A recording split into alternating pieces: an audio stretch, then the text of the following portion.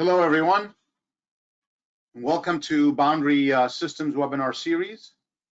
In this series, we'll be exploring CRIO/Windchill options and variants functionality. The webinar agenda is as follows. I'll start with a brief introduction, myself and Boundary Systems. This is a live webinar, so I'll start my presentation in a live session of CRIO connected to Windchill, where I will retrieve the actual configurable product assembly in CRIO. I will explore with you some of the CRIO options and variants functionality and some terminology. I will then use this assembly to generate Windchill's product structure by simply saving, auto-associating, and checking in. After successfully completing these steps, I will switch to Windchill interface, and I will utilize Windchill's options and variants functionality to build options and choices for the configurable product. I will then apply those choices to the different components of that product structure, the configurable product structure. After successfully completing all these steps, I will walk you through how one would go about to create a new variance of this product structure. Then we'll switch back to the CRIO session and show you how the Windchill variants, options and variants functionality will propagate into the CRIO structure, and potentially we could use those options and choices to apply to the different components within that assembly. And we'll end the webinar with a Q&A. My name is Robert Sirhan. I am a PLM specialist / Windchill architect. I've been implementing Windchill for the last 15 years, 15 plus, and I have 22 years experience in CRIO. Boundary Systems, we're a reseller for e.t.c. We're based out of Cleveland, Ohio. We're also partners with e.t.c and other technology companies where we offer solutions from those companies. We're also part of a PDS vision group of global companies, and our capabilities revolve around product lifecycle management, data management, CAD design, and consulting, simulation, and product development. We've won a couple awards, and we're e.t.c Platinum Partner. We're certified Windchill implementers. We're e.t.c preferred service provider. We're certified trainers, and we offer training classes for CRIO, Windchill, MathCAD, and ArborText. In addition to e.t.c products, we also offer other products, some of which are third-party products that complement Windchill installations. Others could be just simply standalone solution like ZWCAD, which is a 2D compatible with AutoCAD software.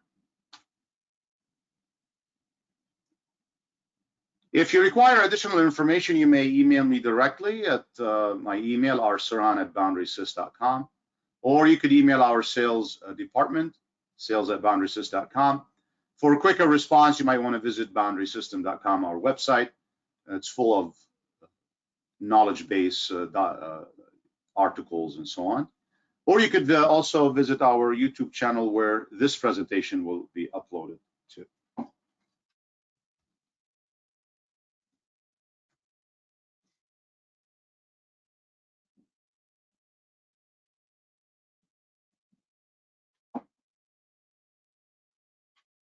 I'm using CRIO 6.0, and I've already retrieved the assembly that I'll be using for this demonstration. This is a vice assembly. It's a very simple assembly. And what we're looking at right now is what's referred to as the overbuilt or overloaded assembly, where all the various components that could be included as part of configuring this assembly are already displayed on the screen as we see it. So this is referred to as a overloaded or overbuilt assembly, configurable assembly. By all means, this is not an assembly that's used for manufacturing. It's simply used for configuration purposes.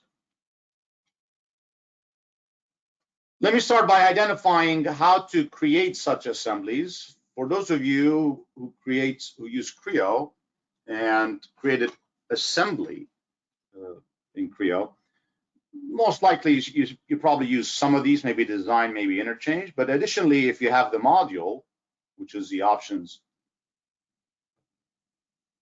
and variants module in CRIO, you may create configurable modules and configurable product. A configurable product, you could think of it as sort of the top level assembly, and the modules are the ones that would contain the different object that you could simply turn on and off, if you like.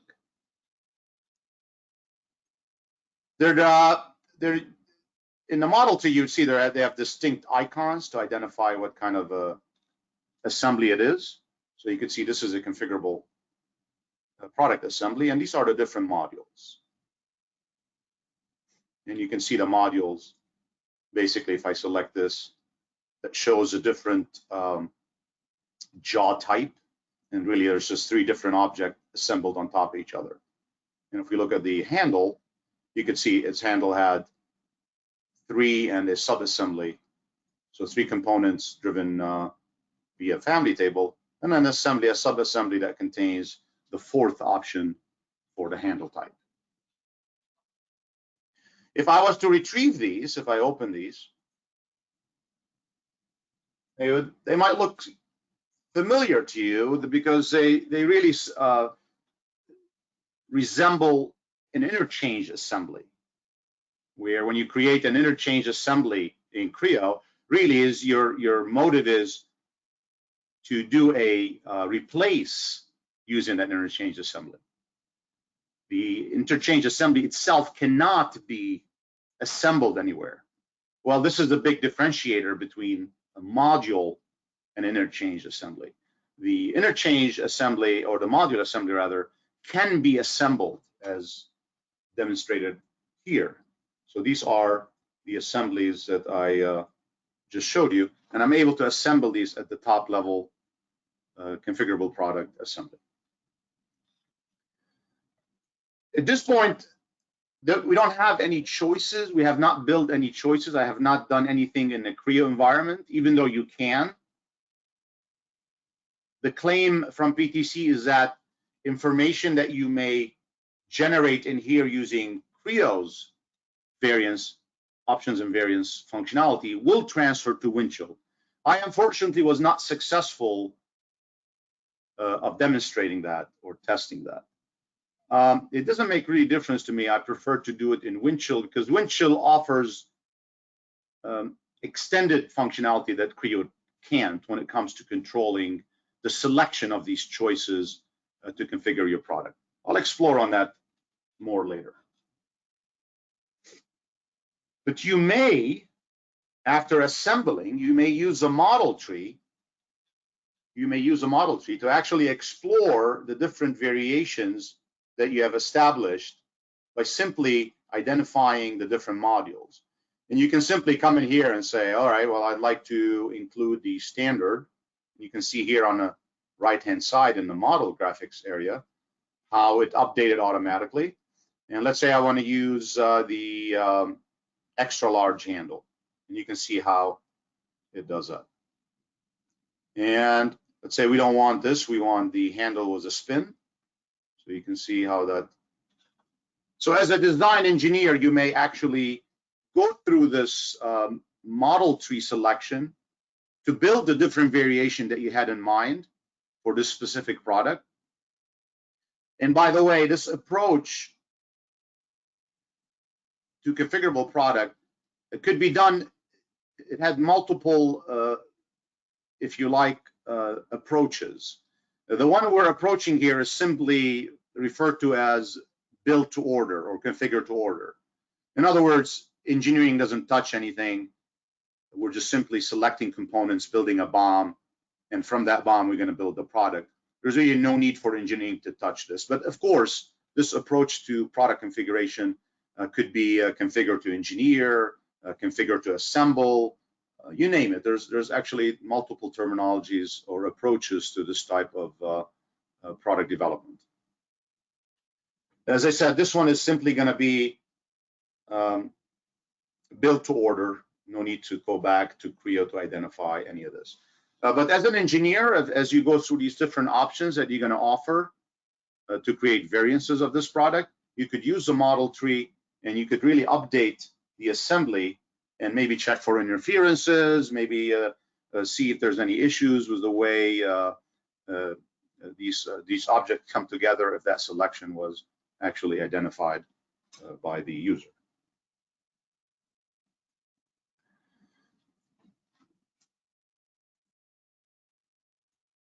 This session of CRIO is connected to Windchill, and it's connected to a workspace that is linked to a product called Vice2 configuration.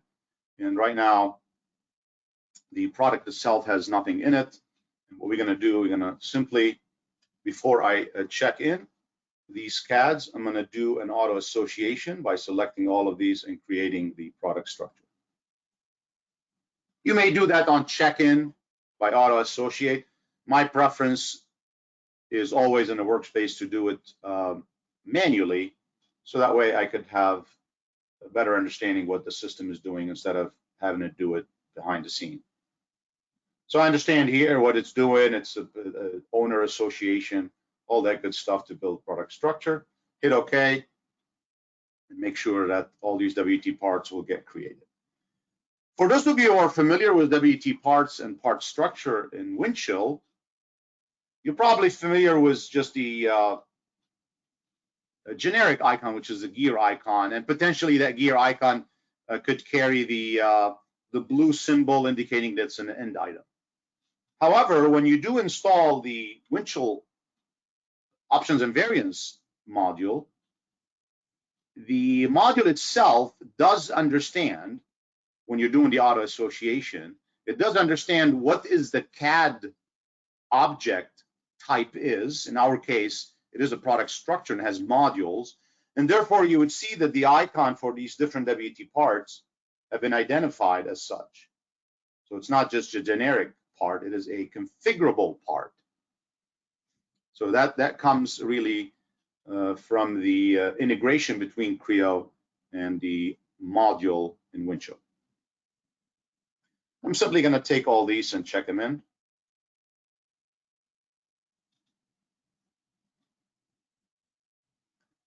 And there's no need for anything, just hit finish.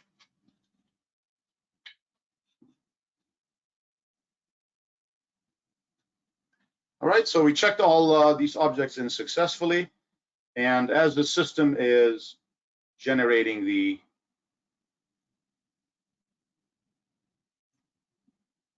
viewables in the background, I'm going to switch back to the Windchill interface, and I'm going to simply navigate into that product and open the details page for that particular product. This is where mostly you're going to see all the functionality that comes in when you add that options and variants module in Windchill. Now I got to warn you, out of the box, all these tabs or these tabs might not show up after post installation, and they're simply very easy to turn on. They're all controlled by preferences. So when you go to the preference management page, just navigate down to the configurable, and you have to just simply enable it, and then once you do that, you would come in here. Additionally, if you're using 11.1 and above, you also have to go add the user that will be utilizing the functionality to the license group. Otherwise, again, they won't show up until you do that. Those are the only two things really that I encountered. I had to do manually to get to these particular, to get the functionality to display on the screen. We're going to start in the option pool. And the option pool, these are the choices basically. So we're going to create options, and each option is going to act as a set for choices. I shouldn't have used that term set because there's something else called option set, but it's a group for choices that the user might select from. For our Vice assembly, we're going to identify 3 different options. And simply to do that, I come in here and I create a new option. And the options come like this, and you just give them terminology however you like. The three different options that we're gonna allow the end user to control, we're gonna have them select a handle length, a handle type, and a jaw type. So I simply type in these option terminology in here in each one of these fields, and I may want some of these options to be required, at least a choice as part of this option is required. So to start, we're going to do the handle length.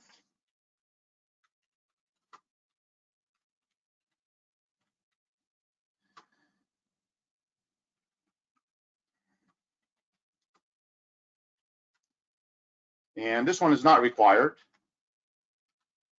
We're going to do the handle style.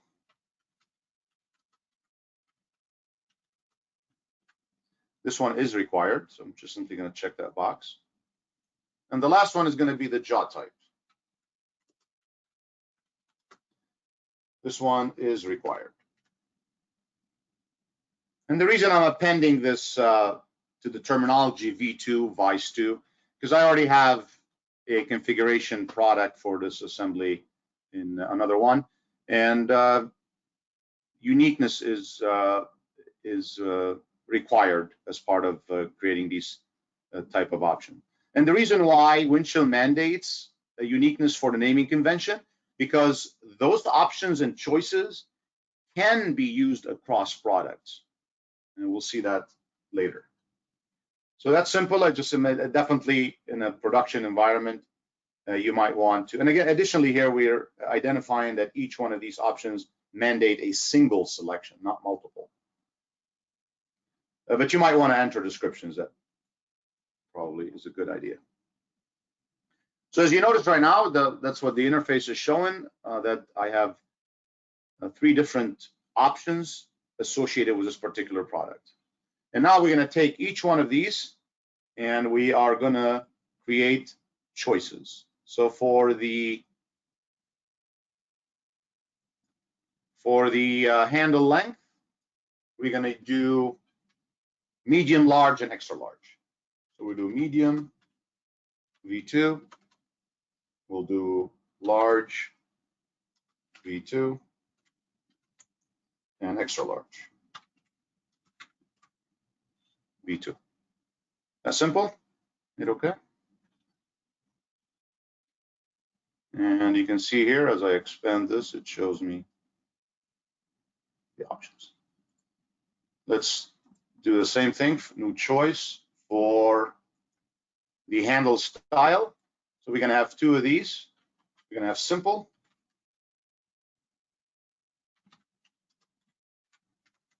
and spinner.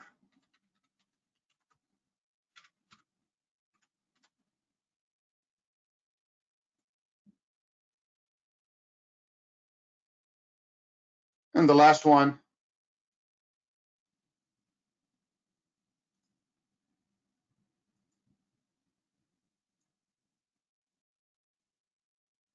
that would be the jaw type. And we have three different choices for that. We have the curved,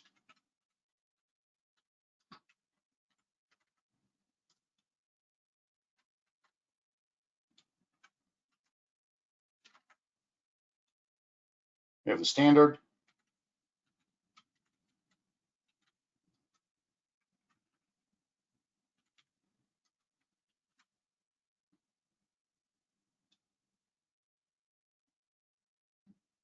and the last one is the tall.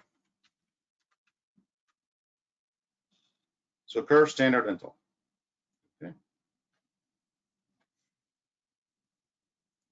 And here are the different choices that the end user might select.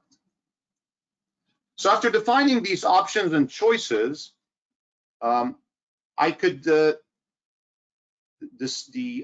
Windchill mandates that you go create a set where you could assign to that particular product. And the reason why that extra step of creating a set is required, because it adds additional flexibility. Because these different sets, you could apply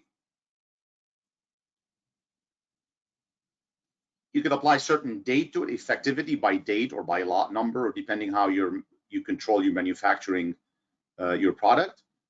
And therefore, you could eliminate some of these choices if needed. So you could identify a set where maybe this week we ran out of a certain stock item. Then you could simply remove that option or that choice where the end user cannot really go create a variance using that particular component. So if we do that, so simply come to the option set. We're going to create a new one. And we're just going to call it V2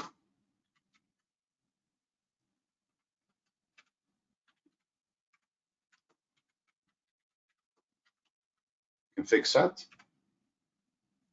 And you see you have some control on it. It's an object like anything else. As you can see, it has a life cycle.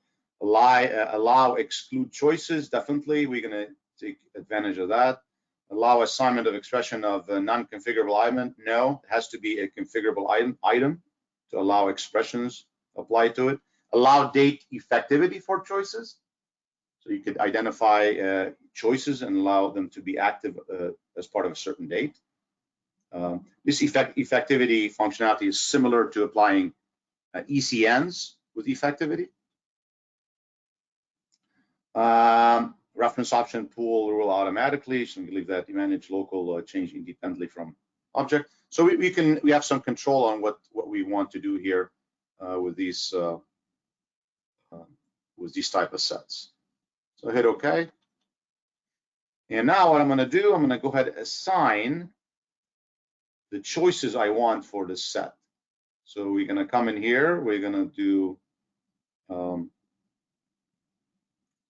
under the structure and design options.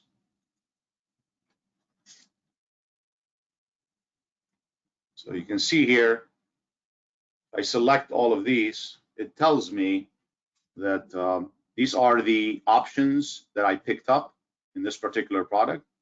And I am at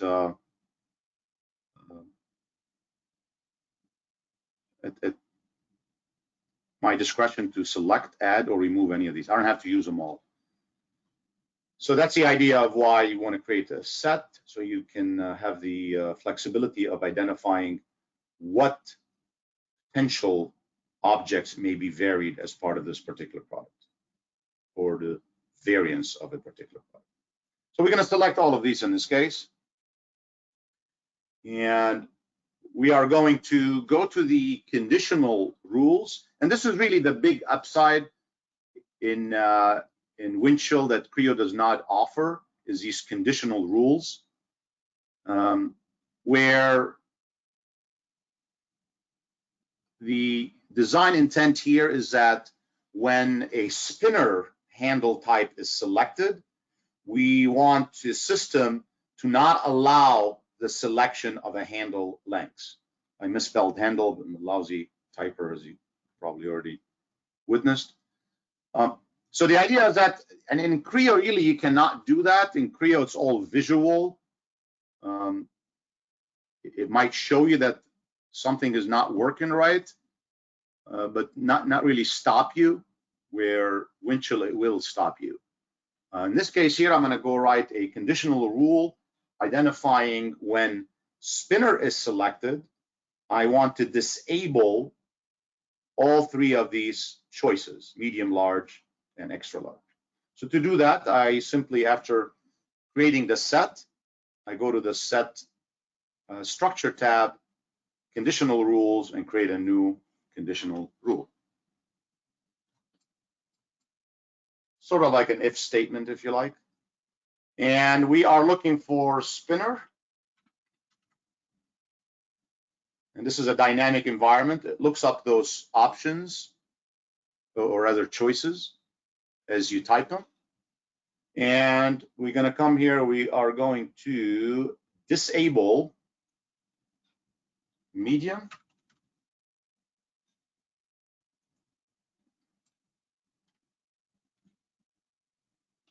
comma, large.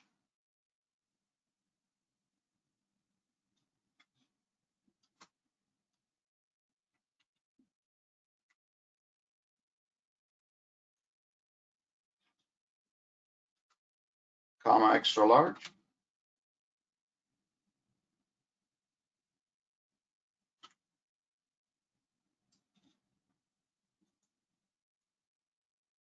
And I think it will append a double quote, but to be on the safe side, let me.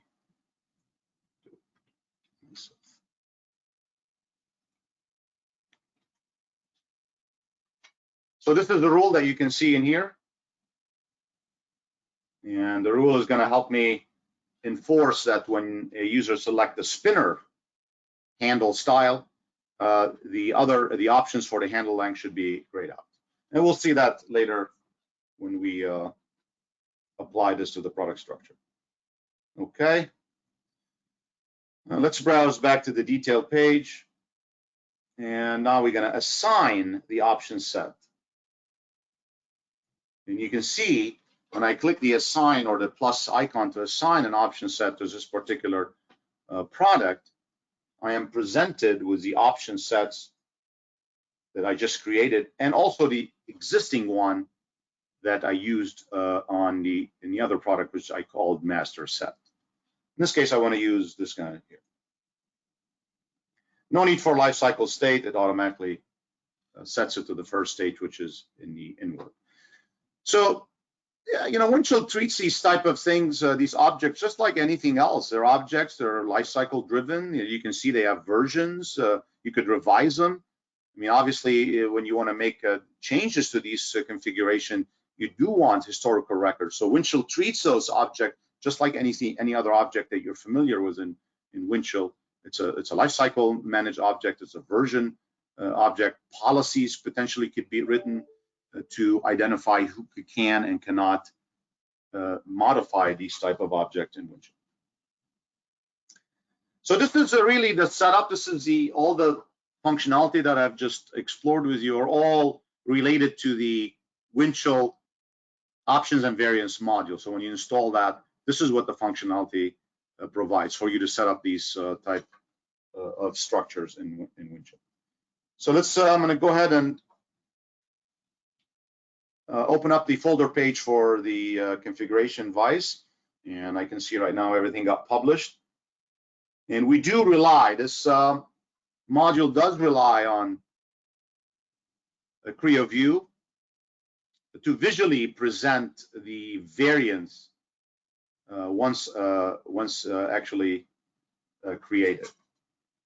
And so publishing becomes rather important when it comes to visualizing the different variances that one would create from this particular product structure. So we're going to go open up the end item, and we're going to navigate to the structure tab.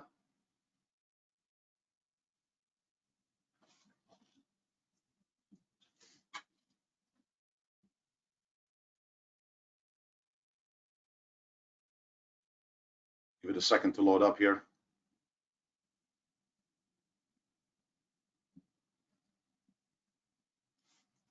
Okay. So I have it set up to defaults to the users tab, and just to kind of share this with you, these two items, the table display, these two columns, I added. I simply had to go in here. They're not there by default. I had to go manage the table view and add these two assigned usage expression in order to view some of the choices that I potentially will apply to the variances within this particular structure. So keep in mind that those two will not show up by default. You certainly need to add those. Now, I could come in here and click the sub part, and if the sub-assembly, which referred to as a module, really. And if I right-click on the component, you see I will have the assign expression. Okay? And if I want to do that here, then what the system is going to do in the background is going to simply check out that assembly. And if I have to do it 3 times, I'll probably be iterating that assembly 3 times. The preferred approach is to actually open that module, the detailed page of that module individually, and do a manual checkout. I mean, there's a checkout here. And then we could go and assign choices to each one of these. All right. So I started with the jaw module. So now we're going to identify options for the jaws. When you select a choice, the system needs to identify that this is the actual component I need to keep, and everything else will be turned off. So to do that, we're going to simply right-click on this. I'm going to hit Assign Expression. This window comes up, and we're really looking, this has to do with types, jaw type. This is the option. And if I look, I started with the tall. So I'm going to select the tall. And I'm not going to exclude this. So you simply select on this, no, not excluding, we're including actually. So we're including this, okay. And you can see here, jaw type equal tall. And you're doing the same thing for all the other components. So this one is a curve. So jaw type, curve, okay.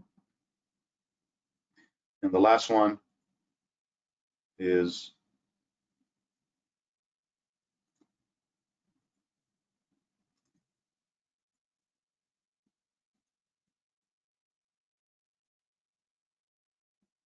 this one is a standard.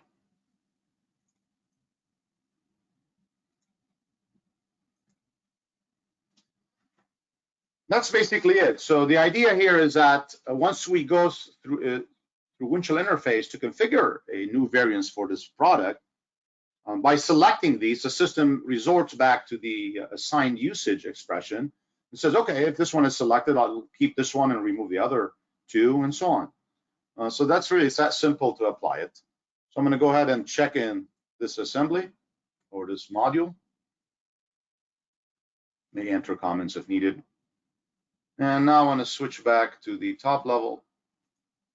And really, we're going to do the same thing for the handle module. To do that, again, I right-click, open the information page for that module, check it out.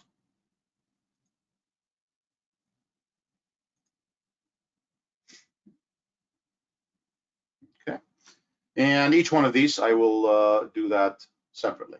Now, for this is we're going to be specific. We're saying that in order for you to use one of these handle lengths, you must select the simple handle type.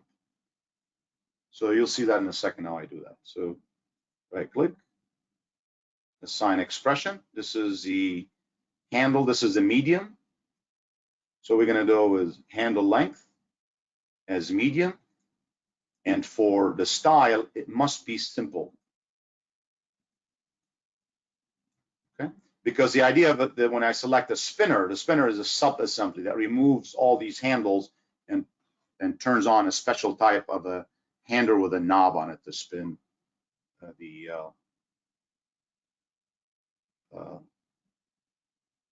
Acme screw to move the jaw. All right, so this is basically what I need to do here. Hit OK, and we can see handle here.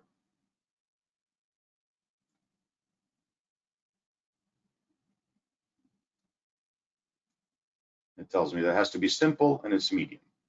And this one is large, so we're going to do exactly the same thing for this. So this is the handle style is simple, and the handle length is large. One more for the extra large.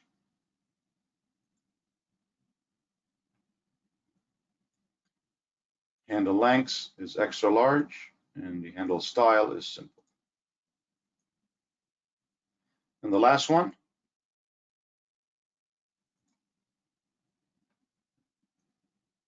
this one is turned on when you actually select the spinner.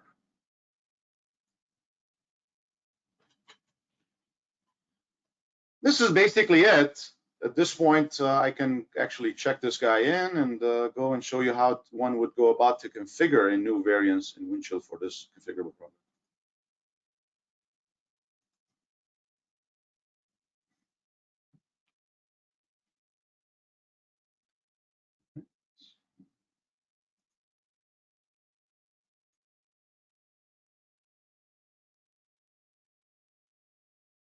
And it's really as simple as going to the actions and hit the configure. And we're going to go to the options filter. And right now it's loading up my options. And I simply have to just select each one of these and identify. So now you can see I can select the lengths, but notice when I select a spinner and go back, it grays out the lengths. And this is part of the condition that I implemented when I was creating my choice, when I identified the set and the choices, and I created a condition on that set. And it's only applicable for that set. So I may create another set where I can have different conditions. So that's really the flexibility that Windchill offers that CRIO really doesn't have. Okay, we do want the spinner, the jaw type, we do want to select curved. And so that's basically it. I'm gonna hit next. And in this particular one, it actually, this is sort of like a spell check, if you like, or a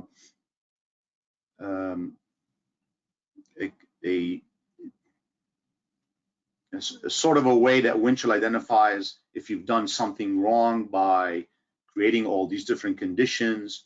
So if you really have a problem, it will show up in here. It will display an error indicating that the way you configured your choices and your conditions conflict or something is missing, and it couldn't really resolve what the variance would look like.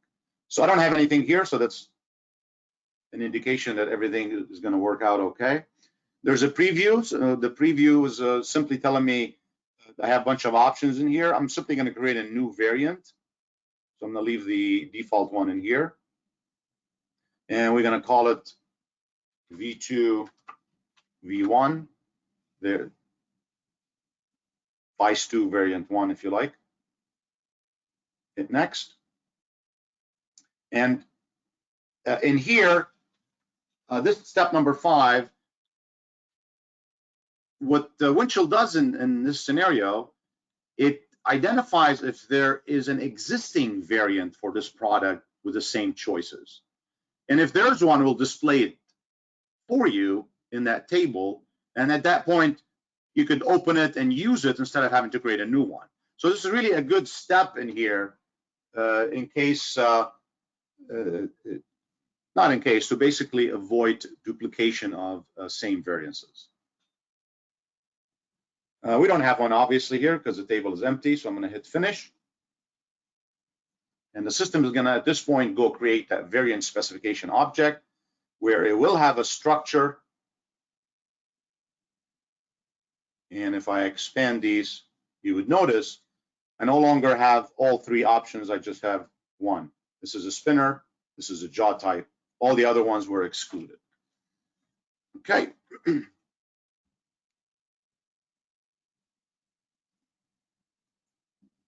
So open up the information page of the actual end item part, which is the config assembly. This is the overloaded one, but you notice that the variation of this is that object I was just looking at a second ago. However, there is an end item that has been created. So if I go back to the folder page, you would notice that there should be an end item here. There you go, right there. You may identify that as an end item if needed.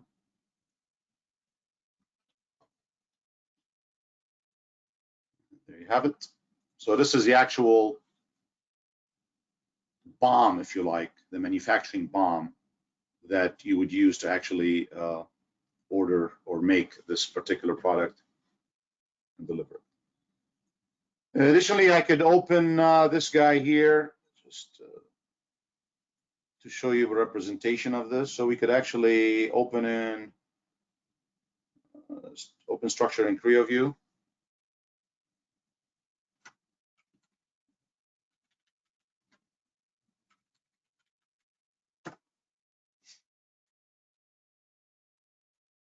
There's CRIO view, and if I load this particular product, you would notice that it will have the spinner.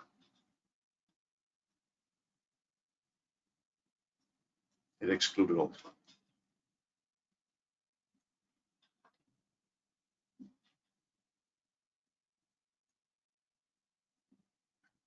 And potentially, if I need to go back and create another configuration, I may do that.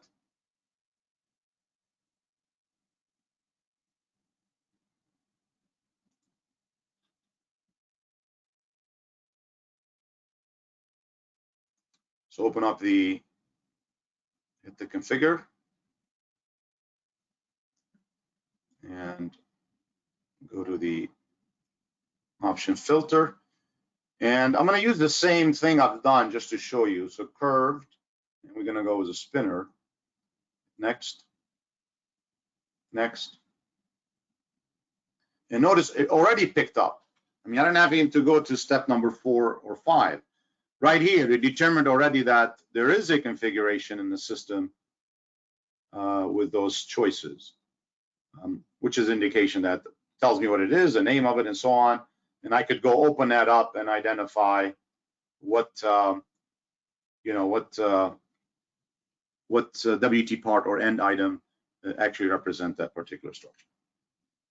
So that's kind of neat that Windchill offers that.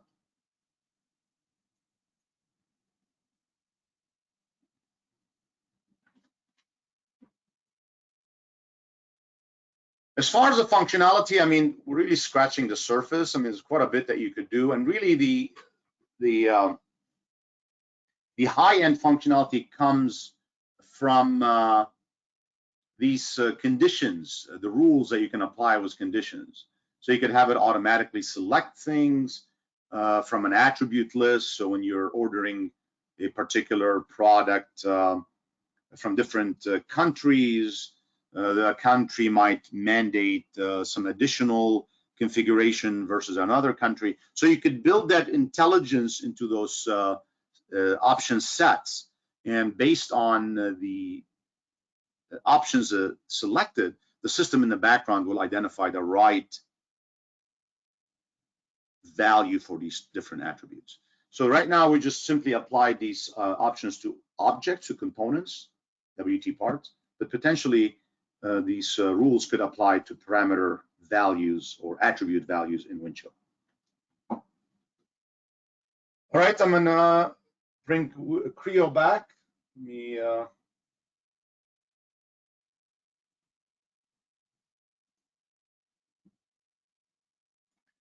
I'm gonna get rid of these. Let me erase not displayed. Do a quick refresh on my workflow, on my workspace rather. And I'm gonna retrieve that assembly again. Okay. And now if we go through the variant builder, you're gonna notice that everything I've done in Windchill propagated to the CRIO configurable product assembly. Now, by all means, these don't do anything right now. I mean, I can select them, and they're really not going to do anything. As you can see, nothing happening here on the left-hand side. Okay. If it's necessary that you want to do that, then you might want to go and assign choices to the different components in CRIO, if needed. But as I said, as an engineer, I mean, you have this quick and dirty way of actually using the model tree selection and kind of go over that and see which options. So again, e.t.c claims that if you do these conditions and if you do the choices and options assignment in Windchill, they should propagate to CRIO. Again, I am not successful demonstrating that. I'm not able to verify that. So to me, it doesn't really make a difference, because I think the approach is, the whole idea of this module is to really not go back to CRIO, to generate the product in the Windchill interface as we've seen earlier, and go from there to simply assemble and sell that particular product. But if you're really curious on how to do that, you simply go to the assigned choices. I'm not going to check it out. Just continue. And you can see here. And you click here to assign, for example, we want a handle module. Let's say this one. And this one is going to be for medium. That's simple. That's it. Maybe medium and simple. And that's it. If you want to do the next one, you select here. Let's do the spinner. This one is going to be simply just the spinner. And we're going to exclude all the lengths that we have. And that's simple. So now if we close this and come back to the variant builder, at least those options should be available for me. So if I create the spinner, notice that it includes the spinner. And I think the one we did was medium. Oh, large.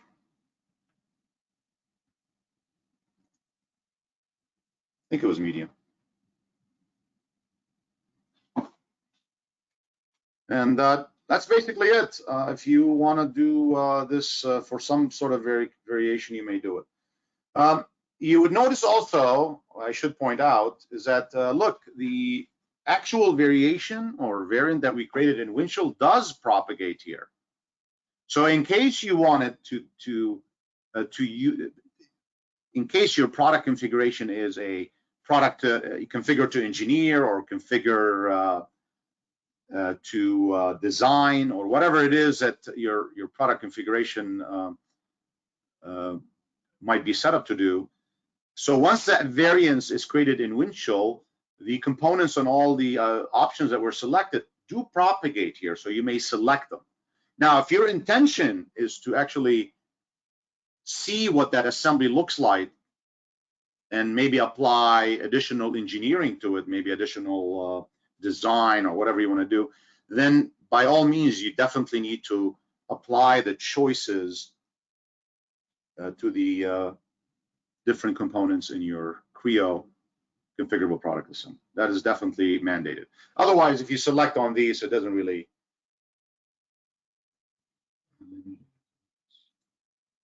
I mean, it tells you what was selected, but really does not necessarily apply. As you can see here, it didn't really know what to do with the jaw type. It didn't know what to do with a handle because I already set that up. But when it comes to the curve, it doesn't know, because I didn't really do anything when it came to those choices for the jaw type in CRIO.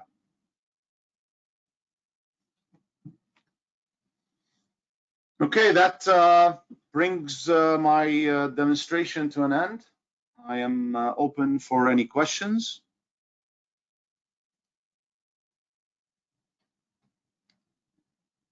Overloaded bomb was a question mark. The overloaded bomb, what we meant by that, or overbuilt bomb, I think it's called. So this is what we call an overbuilt bomb.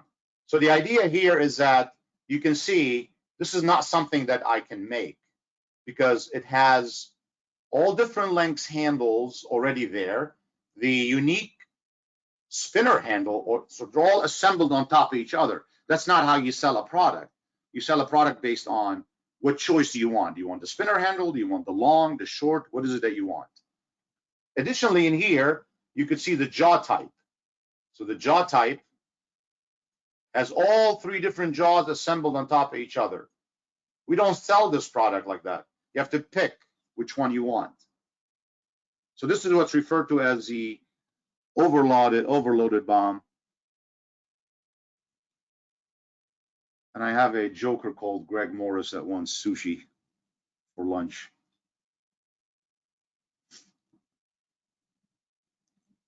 Are we allowed to eat at sushi bars these days?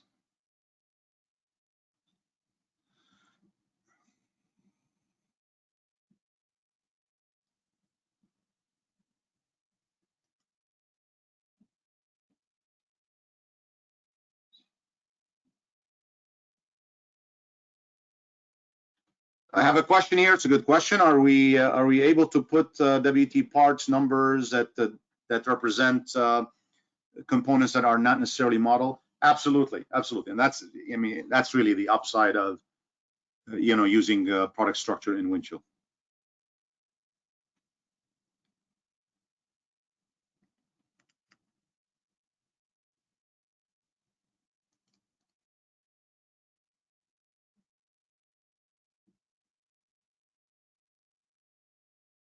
I have a somebody raised their hand, Heather Higgins.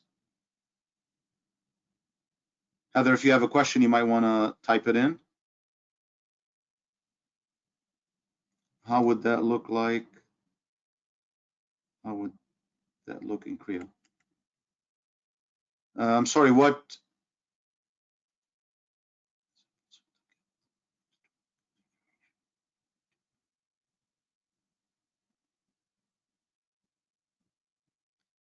Let me address Heather first. I'm not sure. I don't understand how would it look like in CRIO. Could you please elaborate? I also have another question.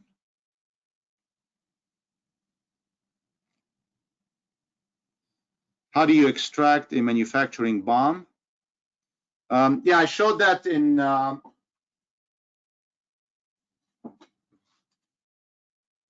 I'll show you in a second from the product structure tab. You could use the export and get it from there.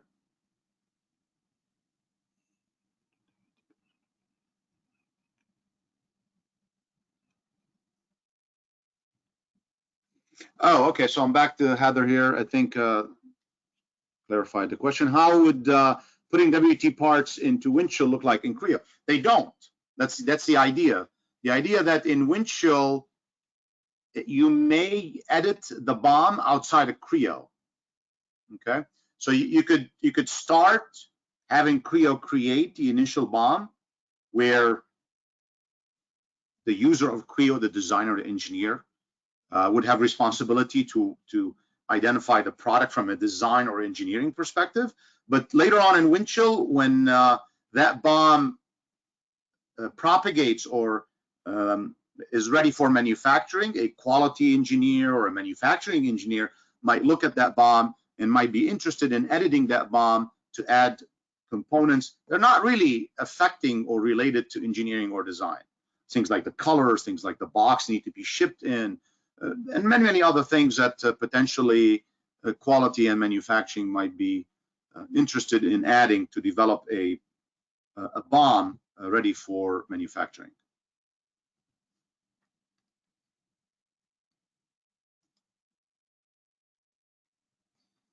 Is it possible to get external configuration into Windchill?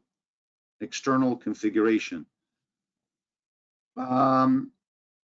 External configuration to Windchill. The answer is yes. I think you're asking me if there's a way I could bring in a BOM into Windchill, potentially not using CAD, if I am understanding you correctly. Then the answer is yes, you may bring in an external configuration into Windchill. You could do it by setting up an Excel, and you could use that Excel to bring in and build that configuration.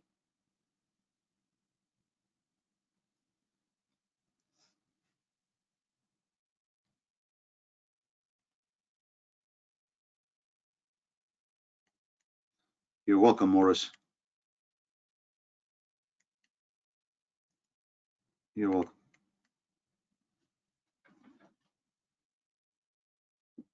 Exciting functionality, and be frank and honest with you, I only started, digging deep into it just last 3-4 months. It's not really that difficult to learn. The e.t.c does offer actually a class for this, for both Windchill and CRIO. So potentially, if you have if you use CRIO and you really want to design or configure your product without utilizing Windchill, or maybe you don't have Windchill at all. I mean, we recommend Windchill. I personally recommend Windchill because it offers a lot of flexibility that CRIO does not.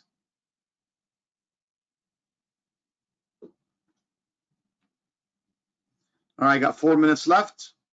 Any additional questions?